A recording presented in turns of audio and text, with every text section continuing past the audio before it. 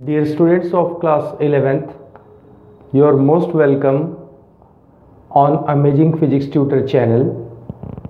Today we are going to study types of friction in friction lecture 2. तो आज हम friction lecture 2 में पढ़ने जा रहे हैं कि फ्रिक्शन के टाइप्स कितने होते हैं. तो लेट अस स्टार्ट. सबसे पहले आप देखो, फ्रिक्शन में जो सबसे पहला फ्रिक्शन है उसकी बात कर रहे हैं स्टैटिक फ्रिक्शन. तो first is static friction. Static friction कब आता है? स्टैटिक फ्रिक्शन तब आता है जब कोई ऑब्जेक्ट रेस्ट में हो. जैसे मान लो यहाँ पर कोई ऑब्जेक्ट रेस्ट में है और उस पर अप्लाइड फोर्स वर्क कर रहा हो. यानी स्टैटिक फ्रिक्शन के लिए ऑब्जेक्ट रेस्ट में वर्क होना चाहिए और उस पर एक अप्लाइड फोर्स वर्क करना चाहिए. यहाँ पर हम इस डायग्राम में देखते हैं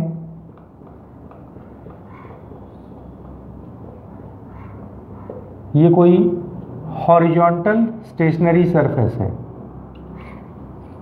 हॉरिजॉन्टल स्टेशनरी सरफेस. इस पर एक ऑब्जेक्ट है और ऑब्जेक्ट पर मान लो F फोर्स लगा दिया हमने. यहां पर F फोर्स हमने अप्लाई कर दिया. तो जो स्टैटिक फोर्स ऑफ फ्रिक्शन होगा वो जस्ट अपोजिट डेवलप होगा अप्लाइड फोर्स के. Fs हमने यहां पर लिख दिया स्मॉल fs. तो अप्लाइड फोर्स को काउंटर बैलेंस करने के लिए अप्लाइड फोर्स के जस्ट अपोजिट लगा है स्टैटिक फोर्स ऑफ फ्रिक्शन. तो स्टैटिक फोर्स ऑफ फ्रिक्शन कब आता है? जब ऑब्जेक्ट रेस्ट में हो और अप्लाइड फोर्स ऑब्जेक्ट के ऊपर लगाया जाए. और ये कोई मान लिया कि वुडन ब्लॉक है. वुडन ब्लॉक पर हमने कैपिटल F फोर्स अप्लाई किया तो उसके just opposite static force of friction work करता है. तो होप सो आपको समझ में आ गया होगा. तो let us understand this by writing it's definition. It is defined as the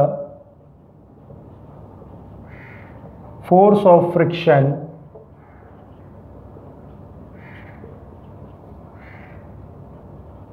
which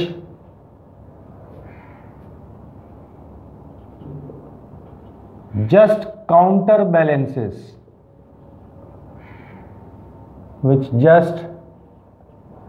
या एग्जैक्टली भी बोल सकते हैं,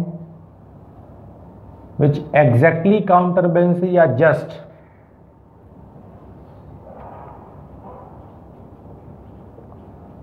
exactly counter balances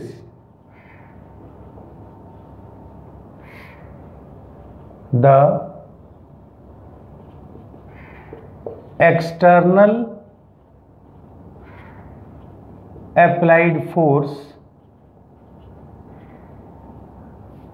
during the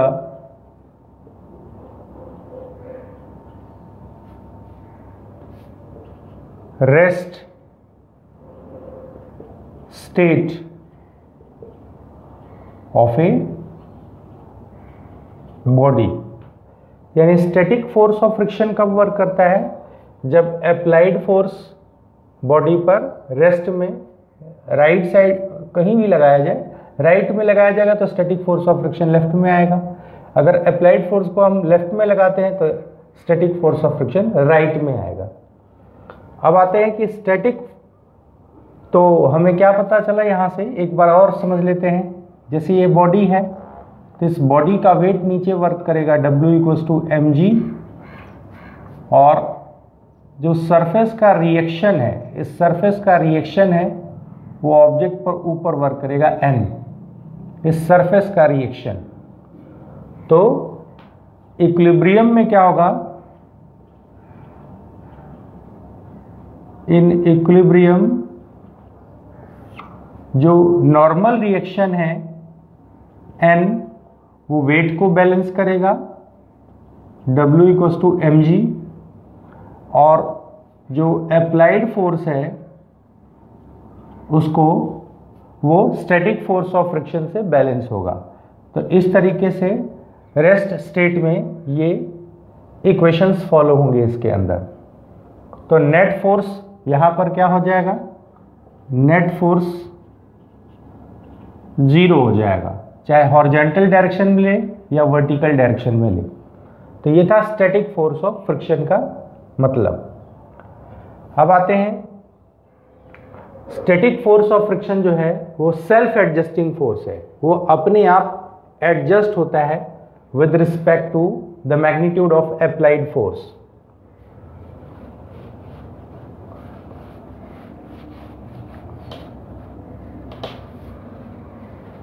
तो एक क्वेश्चन है कि why static force of friction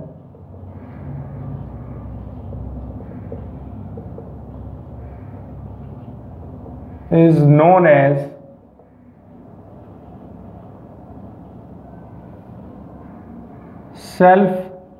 self-adjusting force. Static force of friction को हम सेल्फ एडजस्टिंग फोर्स क्यों कहते हैं, इसको समझ लेते हैं। जैसे मान लो यहां पर कोई ऑब्जेक्ट है, वुडन ब्लॉक जैसे हमने माना था, इस पर हमने F फोर्स अप्लाई कर दिया। तो स्टैटिक फोर्स ऑफ फ्रिक्शन जो है वो मैग्नीट्यूड में F के इक्वल ही लेफ्ट साइड में डेवलप हो जाएगा। तो यहां पर Fs इक्वल टू क्या हो जाएगा, F।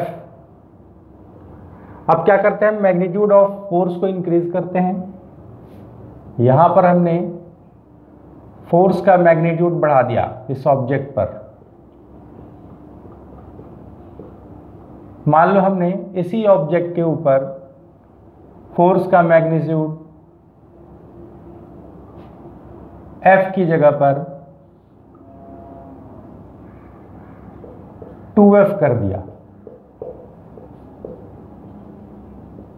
तो ये भी अपने आप को according to magnitude of applied force adjust कर लेगा और new static force of friction हो जाएगा Fs dash equal to 2F। इसी तरीके से अगर हम फोर्स को 2F की बजाय 3F कर दें,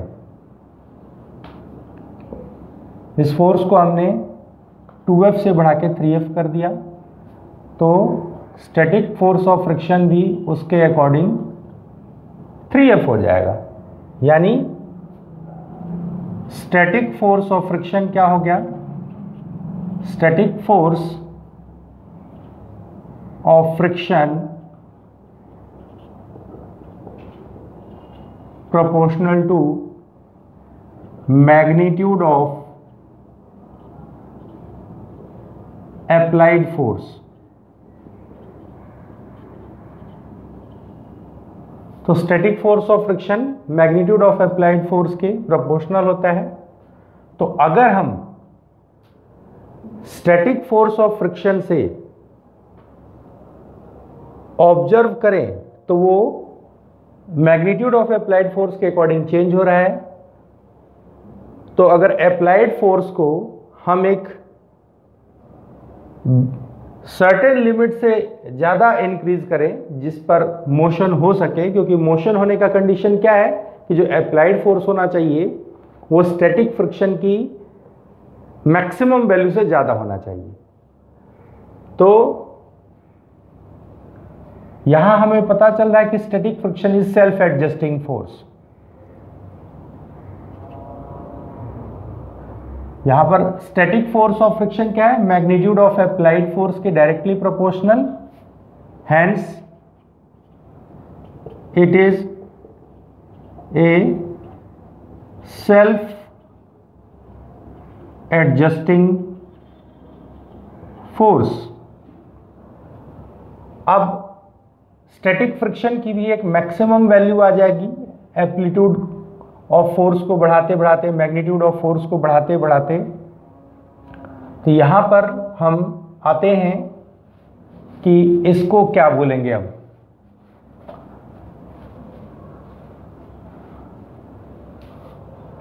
तो स्टैटिक फोर्स की जो मैक्सिमम वैल्यू होती है उसको हम बोलते हैं limiting force of friction. Limiting force of friction, यानी लिमिटिंग फोर्स ऑफ फ्रिक्शन क्या हो गया? लिमिटिंग फोर्स ऑफ फ्रिक्शन हो गया, it is the maximum value of static force of friction just after that the actual motion of a body starts. तो हम study कर लेते हैं। Limiting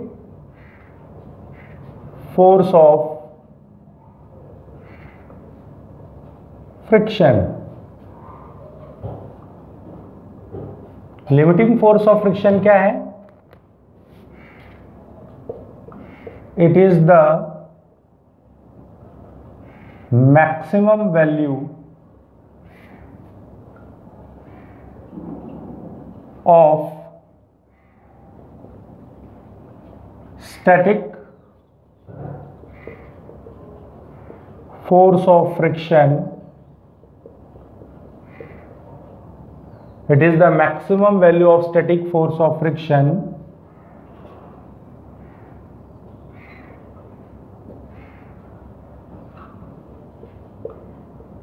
after which the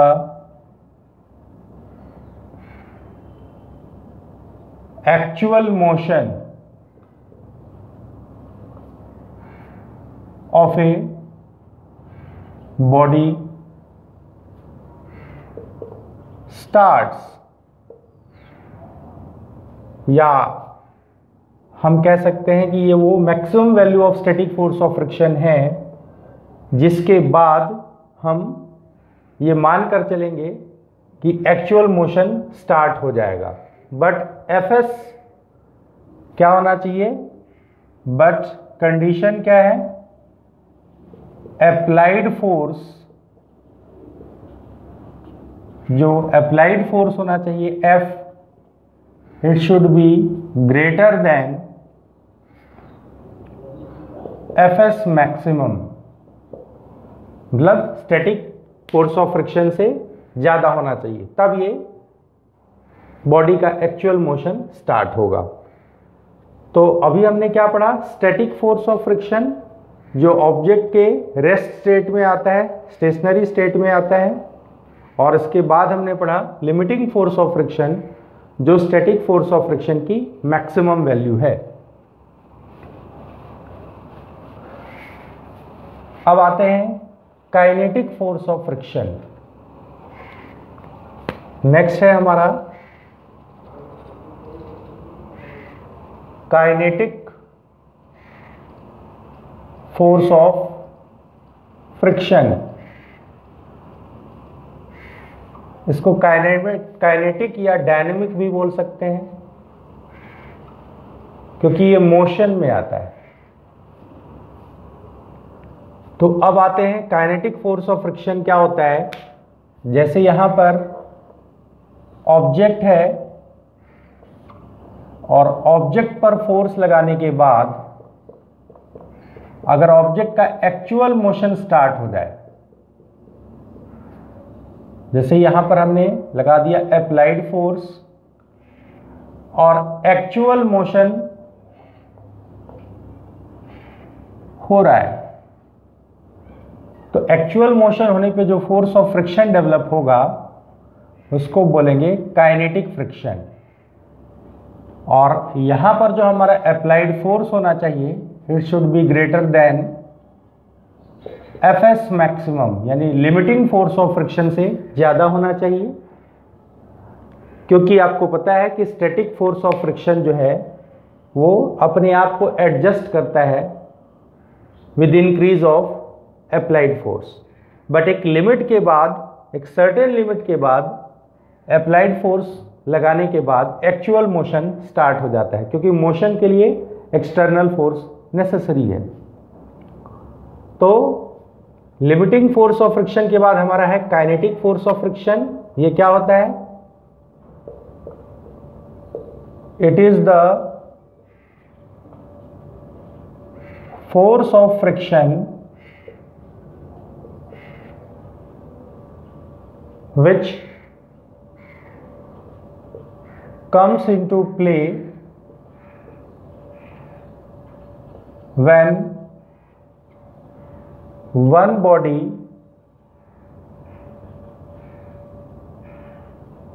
actually moves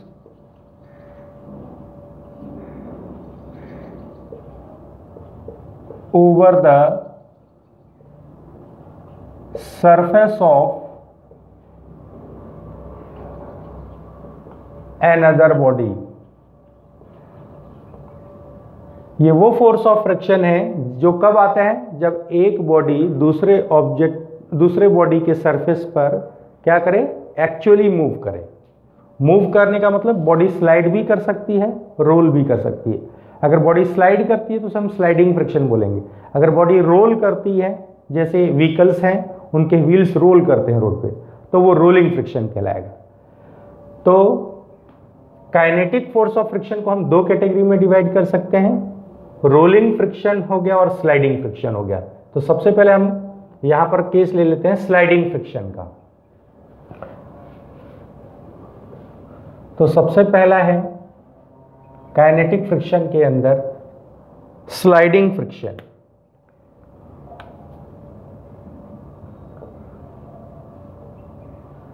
kinetic friction के दो type हो गए। फर्स्ट है स्लाइडिंग फ्रिक्शन। तो स्लाइडिंग फ्रिक्शन कब होगा? जब बॉडी एक्चुअली स्लाइड करेगी।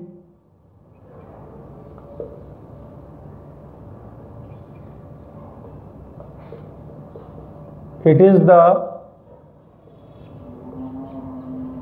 Force of friction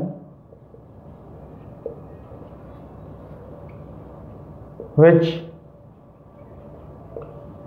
comes into play when one body slides over the surface of another body। जैसे यहाँ स्लाइडिंग का केस है, इसमें ऑब्जेक्ट पर जो फोर्स लगाया गया है, तो इसमें ऑब्जेक्ट अगर स्लाइड करता है इस हॉरिजॉन्टल स्टेशनरी सरफेस पर, तो उसे हम स्लाइडिंग फ्रिक्शन बोलेंगे। जस्ट आफ्टर दैट नेक्स्ट है रोलिंग फ्रिक्शन। ये दोनों काइनेटिक फ्रिक्शन ही कहलाते हैं या डायनेमिक फ्रिक्शन कह सकते हैं। तो रोलिंग फ्रिक्शन, रोलिंग फ्रिक्शन में क्या होगा कि ऑब्जेक्ट रोल करता है। तो इसको हम ऐसे डिफाइन कर सकते हैं,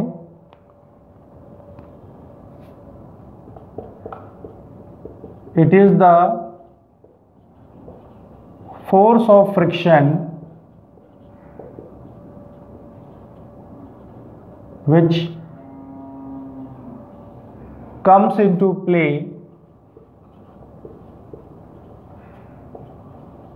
when one object या body rolls over the surface of another body। तो जब एक बॉडी दूसरे बॉडी के सरफेस पे अगर रोल करती है तो उसे हम रोलिंग फ्रिक्शन बोलेंगे। तो ये था टाइप्स ऑफ फ्रिक्शन। तो रोलिंग फ्रिक्शन में क्या होगा कि जैसे कोई व्हीकल या कोई भी ऑब्जेक्ट है, उसके अंदर इस तरीके से पहिए व्हील्स लगे होंगे, तो अप्लाइड फोर्स अगर हम F लगाते हैं तो इसके अंदर इस सरफेस के ऊपर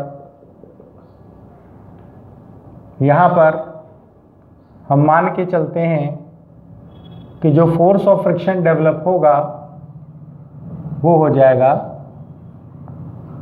रोलिंग फ्रिक्शन। अप्लाइड फोर्स के जस्ट अपोजिट होगा रोलिंग फ्रिक्शन। तो रोलिंग फ्रिक्शन को हम यहाँ F से इंडिकेट कर देते हैं और कंडीशन वही है कि जो अप्लाइड फोर्स होना चाहिए it should be greater than limiting force of friction. तो सभी फ्रिक्शन में क्या होता है कि लिमिटिंग फ्रिक्शन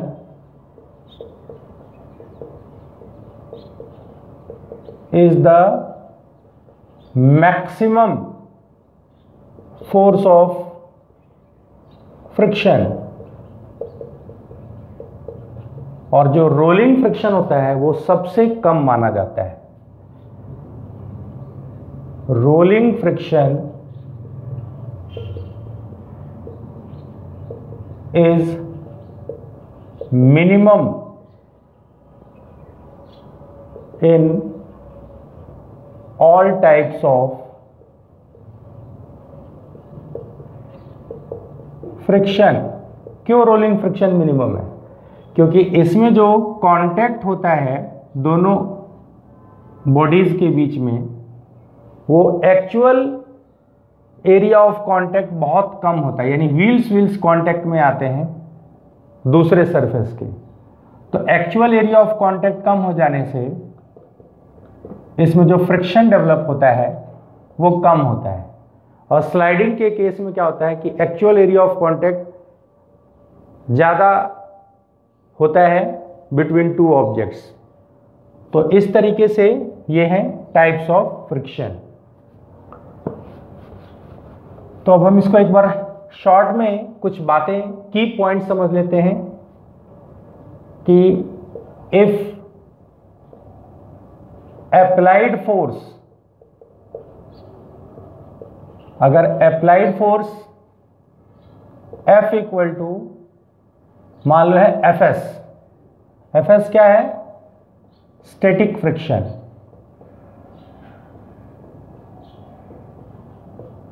तो वैसे केस में क्या होगा? No actual motion, no actual motion, यानी इसमें बॉडी क्या होगा? Is at rest. Body rest में होगी, कोई एक्चुअल मोशन नहीं होगा। if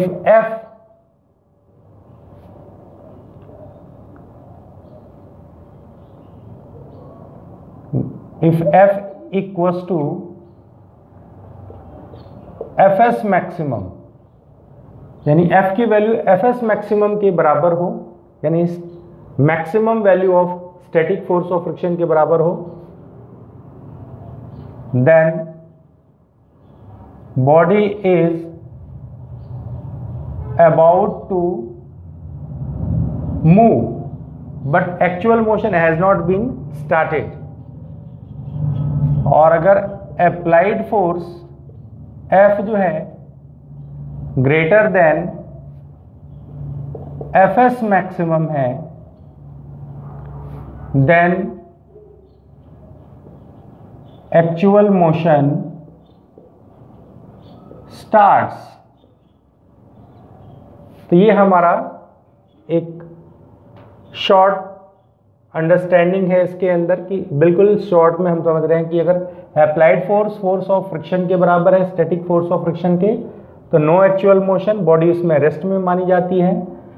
F equal to F S maximum है तो भी बॉडी एक्चुअल मोशन में नहीं होगी, it is just about to move. और जैसे ही हम अप्लाइड फोर्स को एफ एस मैक्सिमम से ज़्यादा कर देंगे तो एक्चुअल मोशन स्टार्ट्स। तो ये थे different types of force of friction और उनके विषय में जो की पॉइंट्स।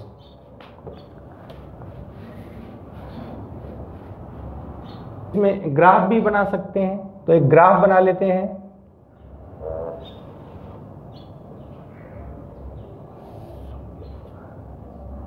देखो यहां से यहां तक जैसे जैसे आप अप्लाइड फोर्स बढ़ाते हो तो force of friction, static force of friction भी उसके अकॉर्डिंग इंक्रीज होता है। तो इंक्रीज होते होते वो एक पर्टिकुलर पॉइंट पर मैक्सिमम वैल्यू गेन कर लेता है। तो ये जो स्टैटिक फोर्स की मैक्सिमम वैल्यू होती है उसको हम बोलते हैं लिमिटिंग फोर्स ऑफ फ्रिक्शन। और कैसे इंडिकेट करेंगे? By F S maximum. और यहां पर क्या है कि static force of friction is directly proportional to applied force. तो हमने वाई एक्सिस पर दिखा रखा है फोर्स ऑफ फ्रिक्शन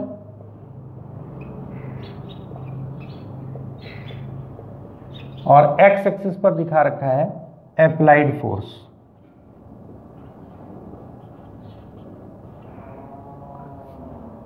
और ये ग्राफ का पार्ट OA बता रहा है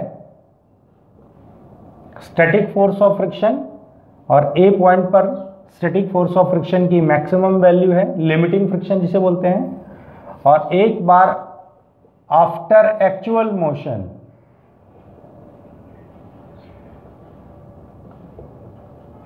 स्टार्ट्स, अगर एक्चुअल मोशन स्टार्ट हो जाए तो ये जो फोर्स ऑफ फ्रिक्शन है, ये जो BC से इंडिकेट किया गया है, इसको हम बोलेंगे काइनेटिक फ्रिक्शन FK। और काइनेटिक फ्रिक्शन जो होता है वो कम होता है किससे? काइनेटिक फ्रिक्शन कम होता है लिमिटिंग फ्रिक्शन से या स्टैटिक फ्रिक्शन से। तो ये FK। तो इस तरीके से हमने ये पढ़ा कि अप्लाइड फोर्स को बढ़ाने पे फोर्स ऑफ फ्रिक्शन इंक्रीज होता है और स्टैटिक फोर्स ऑफ फ्रिक्शन एक पर्टिकुलर मैक्सिमम वैल्यू को, उसके मैक्सिमम वैल्यू को हम limiting force of friction FS maximum कहते हैं। और जब एक्चुअल मोशन स्टार्ट हो जाता है, यानी यहाँ पर जो हमारा अप्लाइड फोर्स है वो ग्रेटर देन क्या है? FS मैक्स, तो हो जाता है काइनेटिक फ्रिक्शन। तो ये था variation of force of friction with applied force.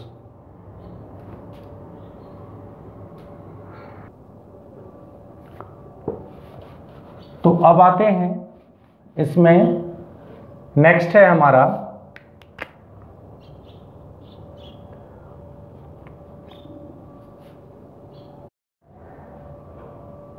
Laws of friction.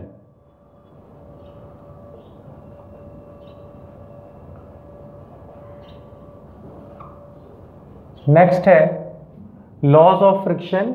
इसमें हम specially limiting force of friction के लिए लॉज लिख रहे हैं।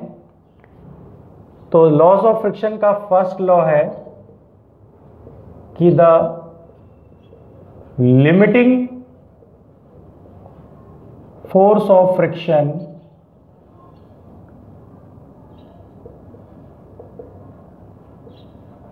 is always such that its direction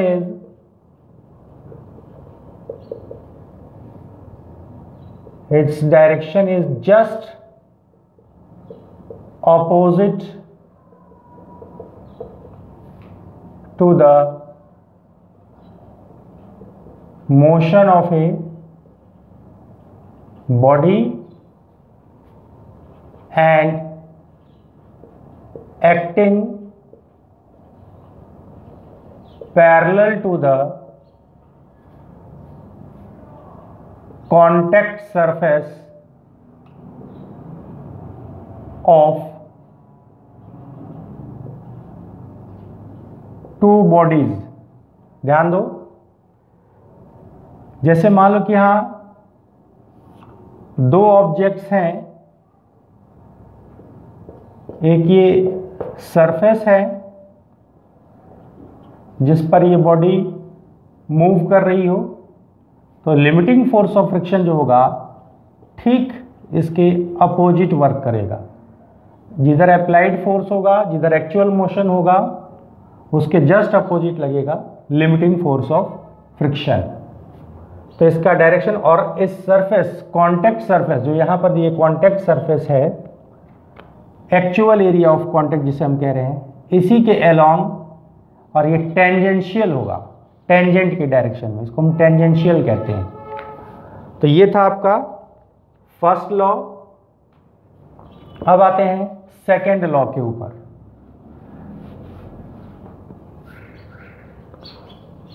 second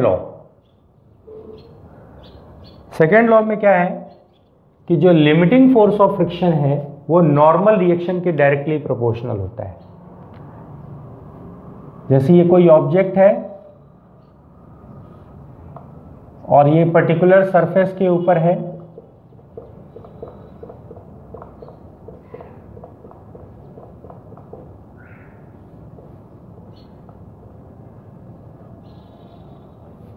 तो इस पर अप्लाइड फोर्स लगाएंगे तो Fs मैक्सिमम जस्ट अपोजिट है, और ये सरफेस का, ये जिस सरफेस पे रखा हुआ है उसका नॉर्मल रिएक्शन है R या N भी लिख सकते हैं, और यहाँ पर बॉडी का वेट नीचे वर्क कर रहा है, मान लो W = mg। तो जो लिमिटिंग फोर्स ऑफ फ्रिक्शन है, the limiting force of friction is directly proportional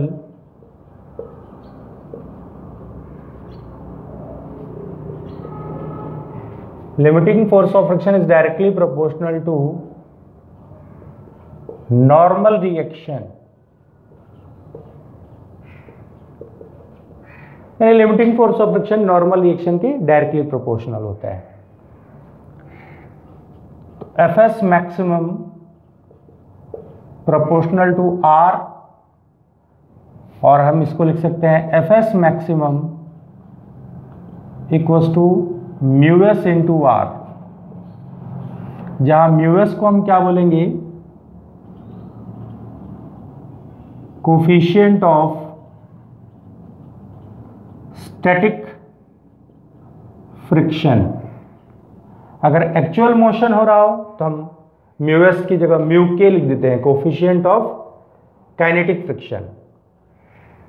तो फर्स्ट लॉ था कि direction of limiting force of friction is directed opposite to the motion of a body, यानी जब motion हो रहा हो तो जब मोशन जस्ट स्टार्ट होने वाला हो तो उस समय जो मैक्सिमम फ्रिक्शन होता है उसको क्या बोलते हैं, लिमिटिंग फ्रिक्शन।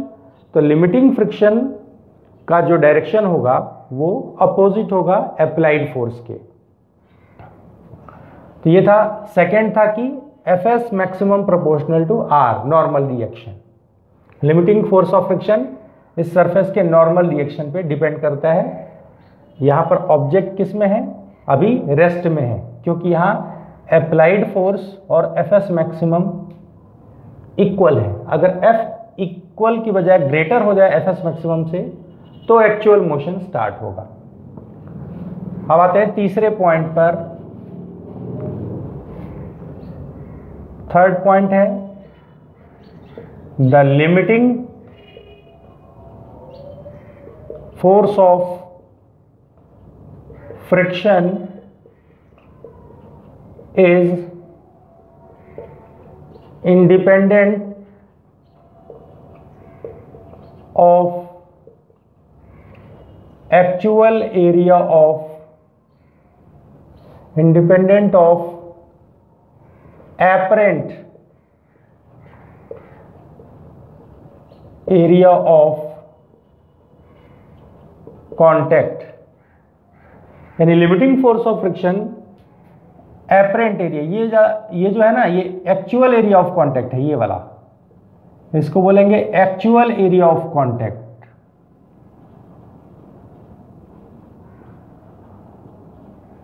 और ये जो ऊपर वाले पॉइंट्स हैं ये डायरेक्ट कांटेक्ट में नहीं है हॉरिजॉन्टल सरफेस के, तो ऊपर वाले को हम इनको बोल सकते हैं एपरेंट एरिया ऑफ कांटेक्ट।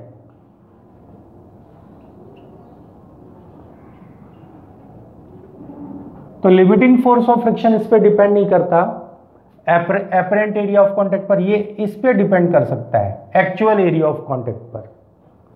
तो ये था आपका थर्ड पॉइंट कि लिमिटिंग फोर्स ऑफ फ्रिक्शन जो होता है, थर्ड लॉ कि is independent of apparent area of contact.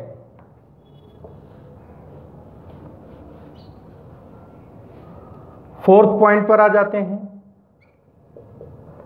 Fourth point है कि ये डिपेंड करता है कि दो ऑब्जेक्ट जो एक दूसरे के कांटेक्ट में हैं उनका नेचर ऑफ मटेरियल कैसा है, वो किस मटेरियल के बने हैं। जैसे कि कोई व्हीकल अगर रोड पे ट्रेवल कर रहा है तो रोड और टायर दोनों के मटेरियल अलग अलग होंगे, तो फ्रिक्शन डिपेंड करता है दो ऑब्जेक्ट के नेचर ऑफ सरफेसेस पर।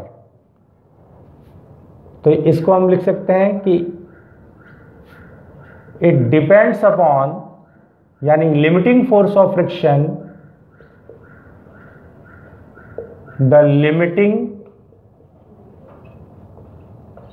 force of friction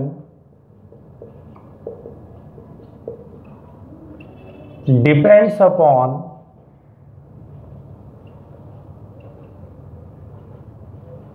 nature of material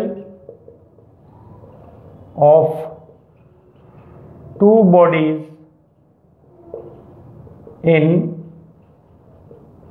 contact, यानी जो दो बॉडीज कांटेक्ट में हैं उनके मटेरियल का नेचर कैसा है। जैसे एग्जांपल के लिए road and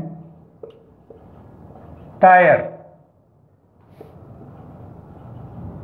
would and floor, ऐसे करके बहुत सारे एग्जाम्पल्स हम इसमें ले सकते हैं।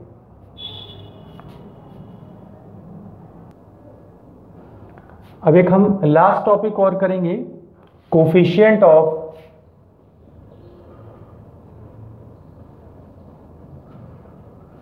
स्टैटिक फ्रिक्शन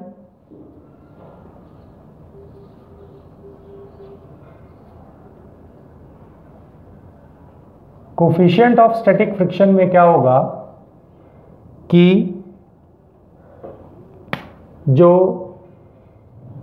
यहां से अभी अभी हमने पढ़ा था कि जो Fs मैक्सिमम है that is equal to mu S into R by law of friction. तो लॉ ऑफ फ्रिक्शन से Fs मैक्सिमम होता है म्यू एस इंटू आर, यहां म्यू एस इक्वल टू लिख सकते हैं Fs मैक्सिमम बाई आर,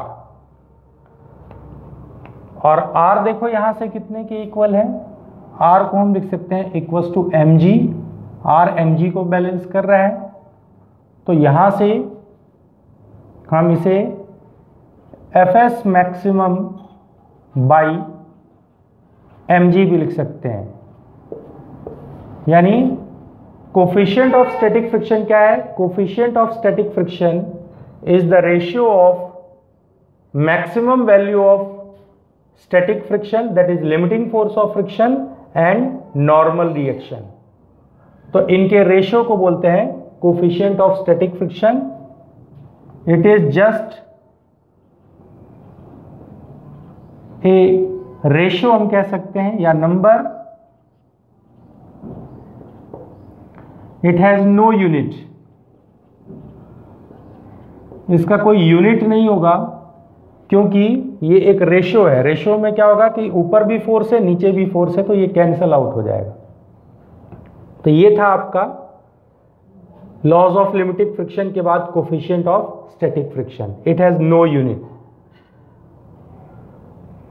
अगर ये ऑब्जेक्ट मोशन में आ जाए तो इसी कोफिशिएंट ऑफ स्टैटिक फ्रिक्शन को हम कोफिशिएंट ऑफ काइनेटिक फ्रिक्शन बोल देंगे, म्यू के इक्वल टू एफ के बाई आर। ये कब होगा? In motion. तो म्यू के यहां हो जाएगा coefficient of kinetic friction in place of coefficient of static friction. So आज हमने क्या कंप्लीट किया है? Types of friction, laws of friction and coefficient of static friction. So hope so सभी को अच्छे से समझ में आया होगा। Thank you, thanks for watching amazing physics tutor channel.